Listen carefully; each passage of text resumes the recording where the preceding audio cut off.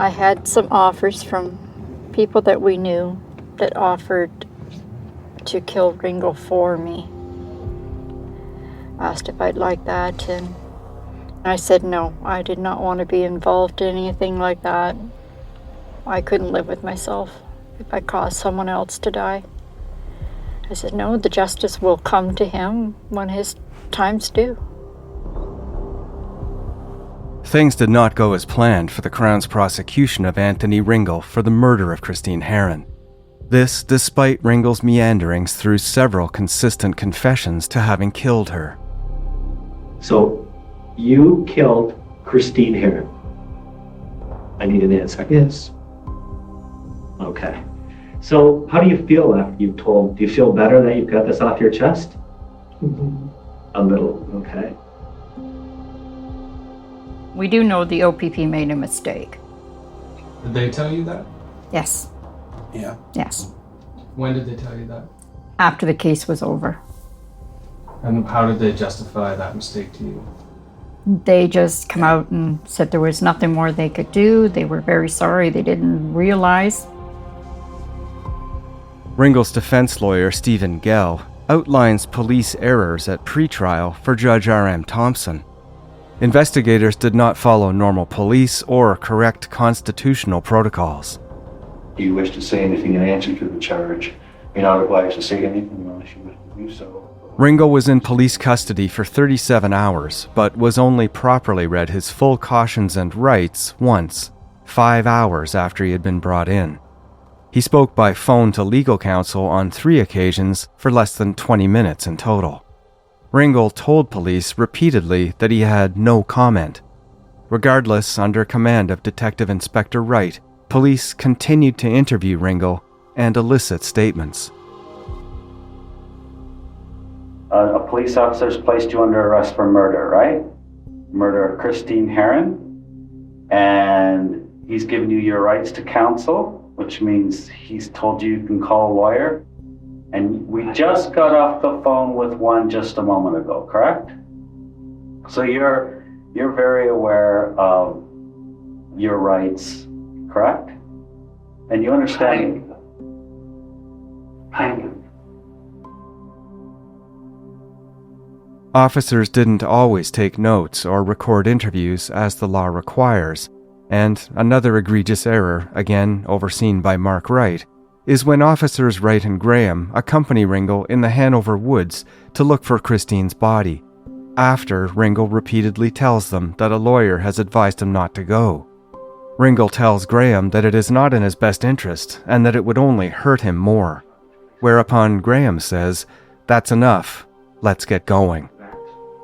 What we'll do is we're going to go down to Hanover, okay? Mm-hmm. Do you think you'll be able to find it easily, Ray? I think we'll. I was very upset with all the mistakes they were making. They knew better. There was no need for that. Especially even down at the park, nothing was recorded. Nothing was wrote down, what was said. The attempted search for Chrissy's remains with Ringel took a couple of hours, even though the terrain demanded something much more thorough. They recorded no audio or video, with only Graham making a few notes the next day from memory. No, that's something that anybody with common sense would have done. We do want accountability. Right. Chrissy would just want she wouldn't want us to dwell on the anger. Christine would just want justice to prevail, and she wouldn't want it to happen to somebody else. She wouldn't want it to happen to someone else. Judge Thompson, in his pretrial ruling, finds that Ringel knows exactly what he's saying and makes voluntary statements on a number of occasions. Despite that, Thompson throws out all statements and actions from Ringel from the moment Detective Inspector Mark Wright arrives on the scene, including the entire search for Christine's remains on the western side of the Saugeen River. Ringel's statements to his family and to Constable Lipsky, however, are allowed into evidence, along with only the first police interview with Ringel, where he made no admissions. Detective Inspector Wright said he did his job by reading Ringel his rights, and it was up to him whether he wanted to invoke them. Judge Thompson, however, criticizes Wright, saying either he had no knowledge or understanding of the Charter of Rights, or he deliberately chose to trample all over Mr. Ringel's rights as a Canadian citizen in defiance of the law. What he hoped to accomplish would be pure speculation, but what is known is that his improvident actions will undoubtedly hinder any attempt to prosecute Mr. Ringel. I just think it's such a weird situation. You guys are sort of paralyzed with this guy who said he killed your daughter and was going to go through the court system. Silly mistakes. After over 20 months in jail awaiting trial, Ringel is freed after Crown Prosecutor Michael Martin stays the case against him. After a year with a stay in place and no new evidence brought forward, the case against Anthony Ringel crumbles to nothing, as if it never happened. Can anything be done to change that? I'm David Ridgen, and this is Someone Knows Something, Season 9, The Christine Harron Case, Episode 3, Stay.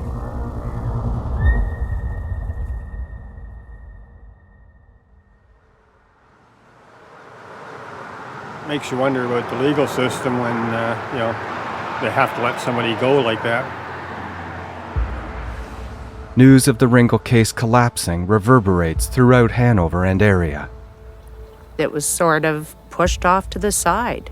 It was big news for maybe a day or two, and then it just sort of went to the wayside again. No idea. What would make somebody say they did that? I have no idea about that either. They didn't do that. I have no idea.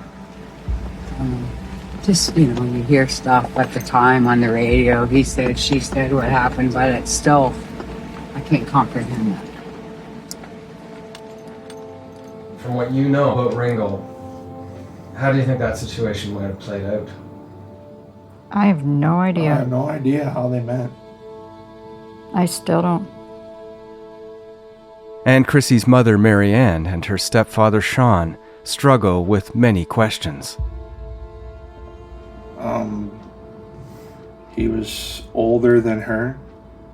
Christine was 15 at the time, and Anthony Ringel, I believe, was 24. I did not know Anthony Ringel myself. I don't believe anyone in the family knew Anthony.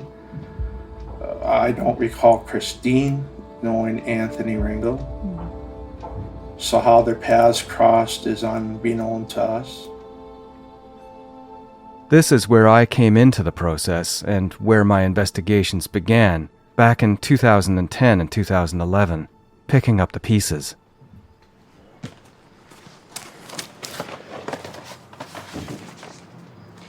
So, that's the ruling of the Superior Court on the case of Anthony Ringel, September 26th. And the judge is Thompson? Thompson. Yeah. Nothing had happened in the case until Ringel came forward 11 years after Chrissy disappeared. Then the case against him failed, and Ringel was free. Mary Ann and Sean weren't told much except that Ringel had said he killed Christine. Have either of you ever wanted to go talk to Anthony Ringel, or did you talk to him? Oh, I asked to. And the police wouldn't let me. Oh, I definitely wanted to.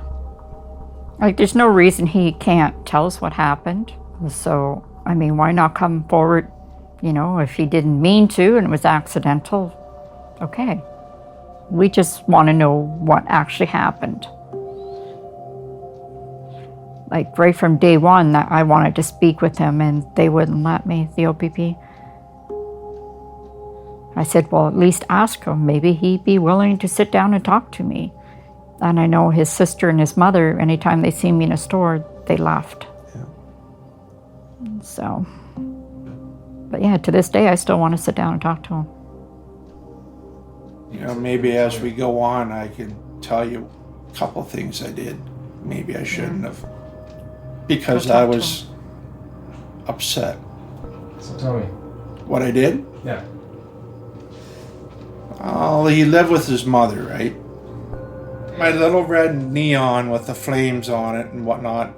There's a mural on it, and that car is a one of a kind. And there's no way he could have mistaken it for no one else but me. I deliberately went over there a few times, and I sat there and watched that house. And what was I after? To hurt him? No. But I wanted him to know that we were not about to forget, not for 1 minute. And then the OPP told me, goes, you do that anymore, we're going to have to charge you with stalking, Sean, and you're going to be in jail. So I was told, stay the hell away. We're just trying to understand what happened and why. And did he do it? Yeah, Didn't he, that's right? where we're at. Did you do it? Why? If you did do it.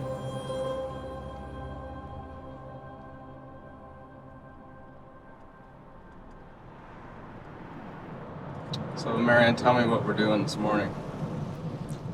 This morning we're going to see if Anthony Ringel will speak to me. Just try to get some answers out of him if he actually did something to Christine or why he confessed if he didn't. Just find out what was in his mind at that time. What are your anticipations of what he might say? I'm hoping he'll explain what happened to her and maybe show that he's sorry for what he did. Just see what he says, or if he'll even talk at all to me. I want to talk to him ever since they first arrested him. And if he didn't, why would he confess to something that he didn't do? We've never had any answers to any of our questions to know what really happened. I'm truly hoping that that Anthony Ringel will speak with Marianne. Out of human decency, he tried to explain what he did. If, like I said earlier and other times, if it's an accident, please try and explain and help us understand what happened and why. It's been a long time for us even to be able to try to approach Anthony Ringel. So I hope we have a positive outcome today.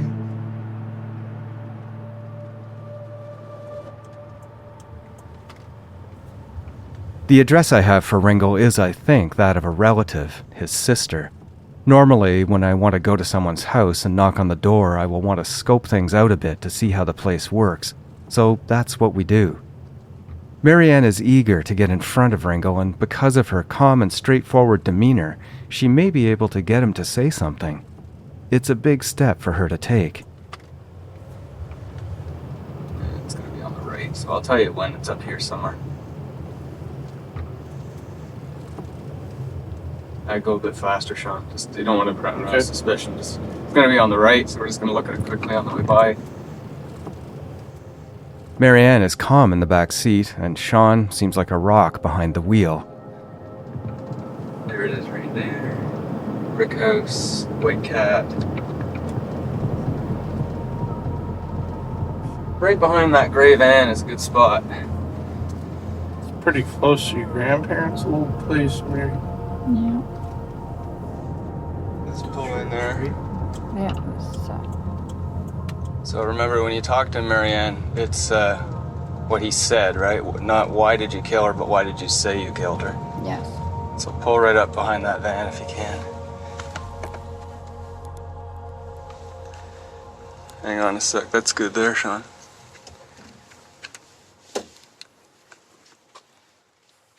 Let's go.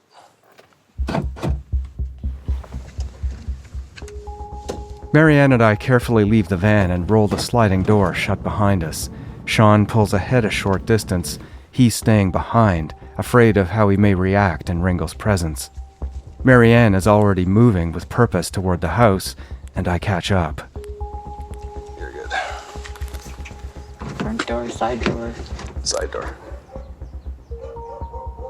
A woman who appears to be in her late 40s, hair pulled back, pink t-shirt, opens the door and pokes her head out, trying to keep the screen door closed enough to keep her dog in.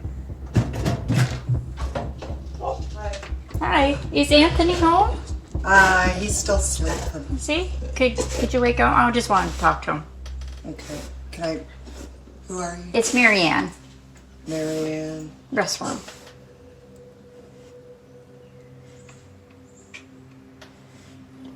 Do I know you, or...? Think so. I don't think we've ever met. Hi. The name sounds... I see you have a microphone. Why is that? I just want to talk to Anthony for a little bit. About what? I just want to ask him some questions to do with Christine. I'm gonna say no. Can we leave it up to him and see what he'll talk to me? I already know he'll say no. Just ask him and see. I think that's his sister. His sister? Yeah.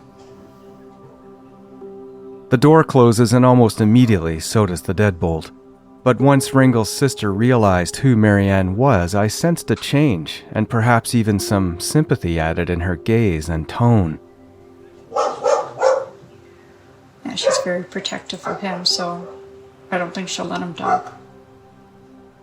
After a few moments, Ringel's sister returns once again. Nope. No, not at all? No. Has he talked to you about it at all? Does he know? Yeah? Because I just need some answers. That's all I'm after. I'm not here to, be nasty or anything like that. I don't know what to tell you. So he doesn't talk about it at all? No, he doesn't.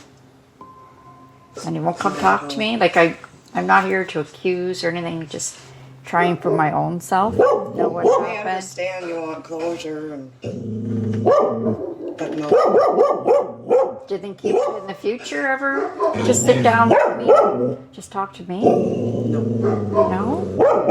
Like I say, he can't even come to the door to talk to you, so. He's not afraid or anything, is he, of me? Or? I doubt it. What's there to be afraid of? Is it involved? What's there to be afraid of if he's not involved? Ringel's sister says, over the barking dog. Because that's all I'm after, is just to talk to him, to get some peace for myself, Yeah. so that I can go on.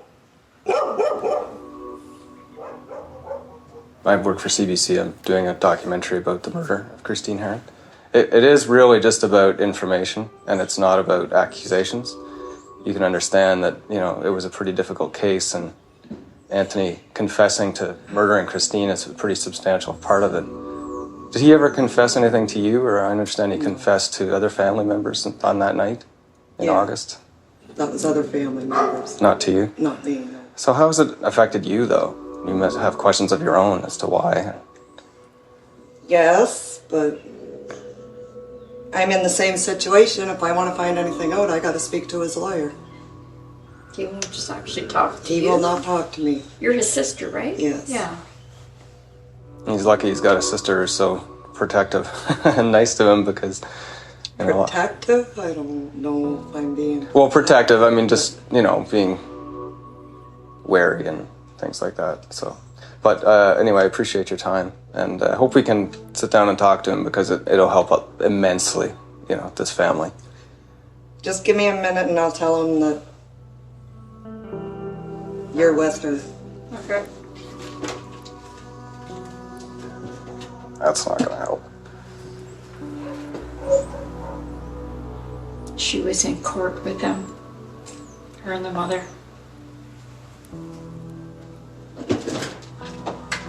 No. Okay.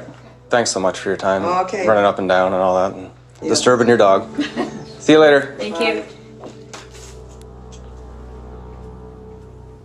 We head back to the van in silence.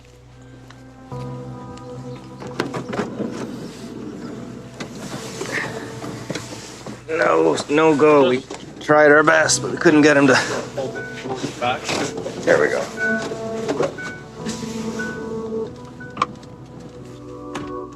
So what do you think of that, Marianne? I think he's afraid he's going to say the wrong thing and come up on charges again. I think he's afraid.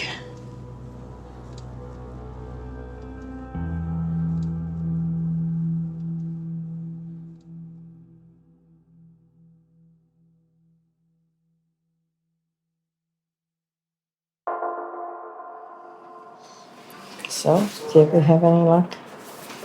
Nope. No? At Chrissy's Grandma Sachs' place again. Grandma has 2 white refrigerators, and we're standing between them at a round wooden kitchen table where she has spread some pictures of Chrissy. Grandma listens intently as Marianne describes the attempt to speak to Ringel. When we went to Anthony's place, he's living with his sister. That's where they are, a couple houses away from where Grandpa used to live. But he was sleeping, and she told us right off the bat that he wouldn't want to talk to us. I think she's protecting him. Yeah, same as the mom did. Yeah. But no, he wouldn't come up and talk to us at all. Disappointed that he wouldn't come talk to us, at least face us. Would have been nice. Keep trying.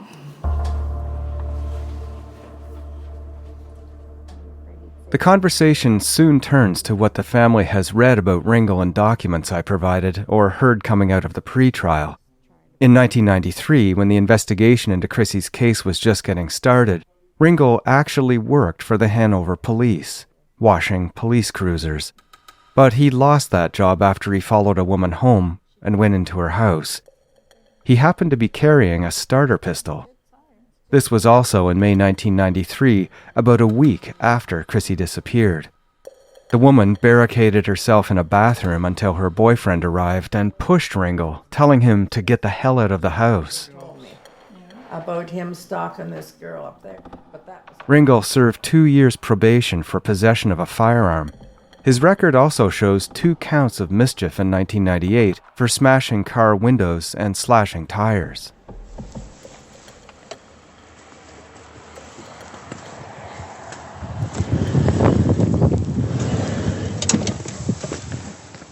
Check.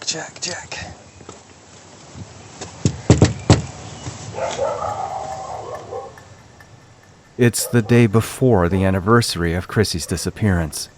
I'm not giving up just yet. Oh, hi.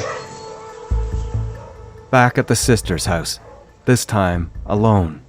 There's cameras rolling in the van, tripods duct taped to the floor, backup audio pinned to my shirt, and I'm recording with a phone in my hand, hoping again for Ringel. Hi, how are you? I'm good. Is this unit 2 or unit 1 here for this house, or is this one unit? It's kind of a little both. Why? What do you need? Oh, I'm looking for Anthony. Oh, he's down at his trailer right now, actually. Oh, okay. Where is that? If you go down to the park, you just follow the road around, and The park, just like there's an arena or something down here? Yeah. That like I saw the arena, but is the park next to it? It's actually back in behind it. Oh, okay. So if you follow the road right around it, there's a change house on the left, and his is the first fifth wheel you come to. It's like a little white trailer or something? Yeah, it's a fifth wheel trailer. Oh, okay. Good. Let's go talk to him. Thanks.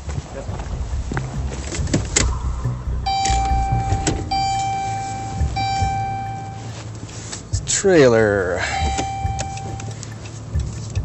Tucked in behind the arena in Chesley, Ontario, a small town close to Hanover, there's a trailer park compacted around a circular tree-lined road. I slowly begin the drive around, and based on the few directions I just heard, I pull in at what I think might be the right fifth-wheel trailer.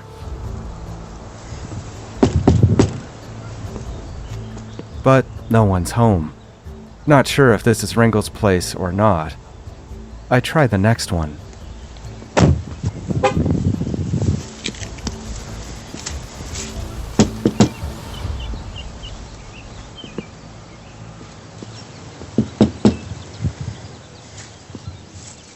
Nothing here either. One more. a white trailer called a Traveler with a green lawnmower and a woodpile.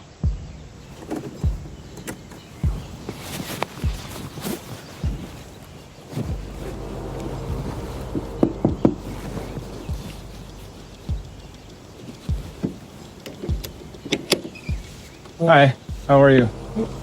Are you Anthony? Yep. Anthony Ringel in a blue cap and dirty gray t-shirt standing before me, rubbing at bleary eyes. I'm Dave Ridgen. I work for CBC. I wanted to ask you about your confession regarding the murder of Christine Harron in August 2004. Can you tell me a little bit about that? Why you confessed to that murder? No? I can't answer that question. No? Ringel sits down in the stoop. The door that he's holding open with one hand blocks him from the view of the van cameras, but my phone roughly captures him as he continues to stare at me. Seems to have taken a lot out of you. You went in there, the police had you in there for a little while, and then you had to go to jail, right? For a couple of years? And it's just tomorrow is the anniversary, the May 18th tomorrow. So I'm just wondering if you could talk to me a little bit about your experience with that. No? No, I was kind of putting that all behind me. Did you know Christine? No, I don't. You didn't know her? Did you kill Christine? Ringel shakes his head but seems subdued by the question. There's a picnic table next to the door, and I find myself settling back onto it to try to relax the tension I've introduced, if that's possible, but also press further. Why did you confess to her murder? What happened that day? It seems like such a strange thing to do. No explanation? Nope. Does it seem like a long time ago to you? Kinda. I noticed, I was searching for you on the internet, and I noticed that your mother has passed. Yes, I'm sorry to hear that, she Loretta. died on the highway. I'm sorry to hear that. And my understanding is that you had confessed to your mom that night on August 22nd, 2004, about killing Christine Harron. And you confessed to your cousin and your cousin's boyfriend. And then you went and confessed to an OPP officer. Ringel shuffles in the doorway uncomfortably, says nothing discernible. It just seems like... Do you ever think about that time? I mean, you were in jail for 2 years because of your confession. Very sleep. And you just woke up? Where did you go to jail? Where were you held? Did you see Christine in the park that day? Didn't even see her down at the park? No. Where the river is there? I was down there today. The river looks pretty high. It doesn't look like you could get over it. Do you have a phone here? Is there a way to communicate with you? Not here, no. No. Okay. What are you up to these days? What do you spend your time doing here in Chesley? Not much. Did you find your life changed after your confession? A little bit. Now, how do people treat you around here? I just wonder what it would take for me to go and confess to something I didn't do if I didn't do it. I don't understand what would have happened in your head that night that made you feel that you had to confess to a murder that you say you didn't do. Have you been interviewed by the police since then? No. They haven't come to talk to you since you got out of jail? No? Just trying to stay normal. Try and stay normal? Yeah. You never met Christine Harron before in your life? No. How did you know her name? How did you know her to say that you had killed her? Because she had disappeared in 1993, and then you confessed to her murder to the officer on August 22nd, 2004. That was quite a few years later. It was like years later. So you must have remembered the name from somewhere. You ever talk to anybody in your family about that time? No. And there, at that party on August 22nd, 2004, where you told your mom and your cousin and your cousin's boyfriend that you murdered Christine Harron, did they ever talk to you about why you had said that to them? Did your mom ever talk to you about why you said that? They just let it go? They just said, oh, Anthony, he's just saying that? Is that what they said? No? They didn't say a word to you. Did they come visit you in prison? The had people come in. Your mom came to see you? Yeah. Did you have a chance to tell your mom before she died that what you say that you didn't kill Christine? Did you ever tell her that? No. So she died thinking that you might have murdered her? Pardon? I didn't talk about it. No, you didn't talk about Nobody. it. Nobody? Any of your friends ever come and talk to you about it? No. Christine disappeared somewhere, just never came home. Her mother's wondering what happened. She doesn't know either. Well, I thank you for your time. Maybe I'll come and talk to you again sometime. Yeah. Take care.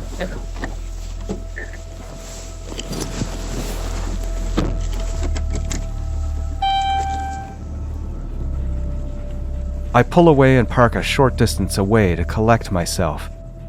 I felt surprised that Ringel would engage for so long, like he wanted to talk or needed to.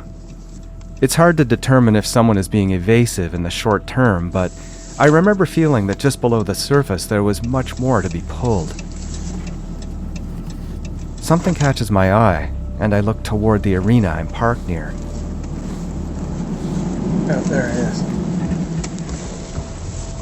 It's Ringel on a bicycle, and he's coming toward me.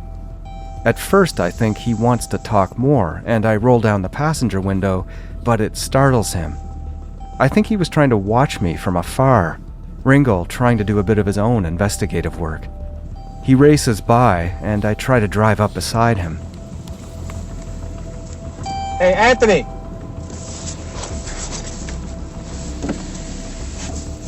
But Ringel keeps moving and disappears down the road with whatever knowledge he may carry.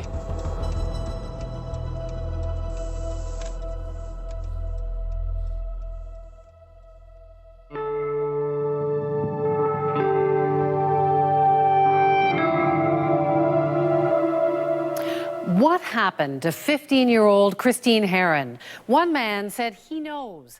A few months later, I've edited my 20-minute TV documentary for the CBC together, and it goes to air across the country. It's called Confession to Murder. Tonight, investigative filmmaker David Ridgen shows us what happened and confronts the man who once made a confession to murder. In it, I present everything I can find about the case. It's thickly forested and swampy, on private land across the Saugeen River from Hanover's public park. One of Christine's favorite places. I go through police malfeasance, the stay, attempts to speak to Ringel, and as much of his story as I can. According to the available documents, including interviews with Ringel, police testimony, and other courtroom statements, this is what is alleged to have happened the day Christine Harron went missing.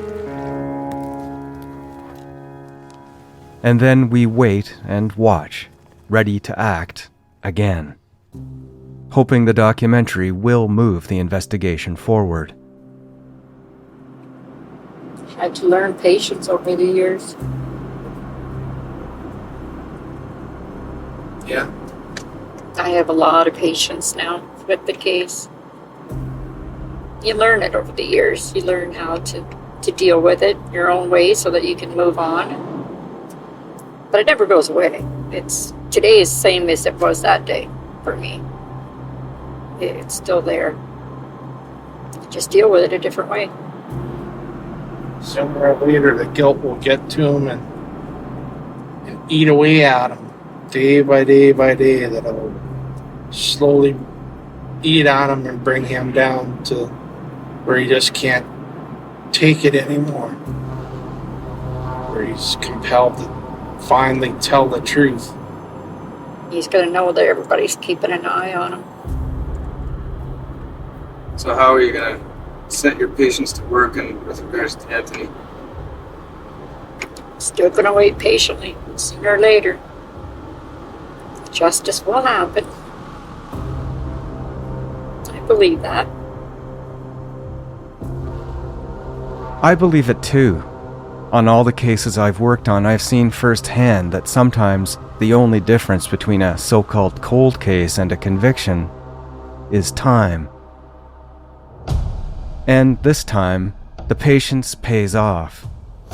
9 months after my documentary is released, Anthony Ringel is arrested again for the murder of Christine Harron.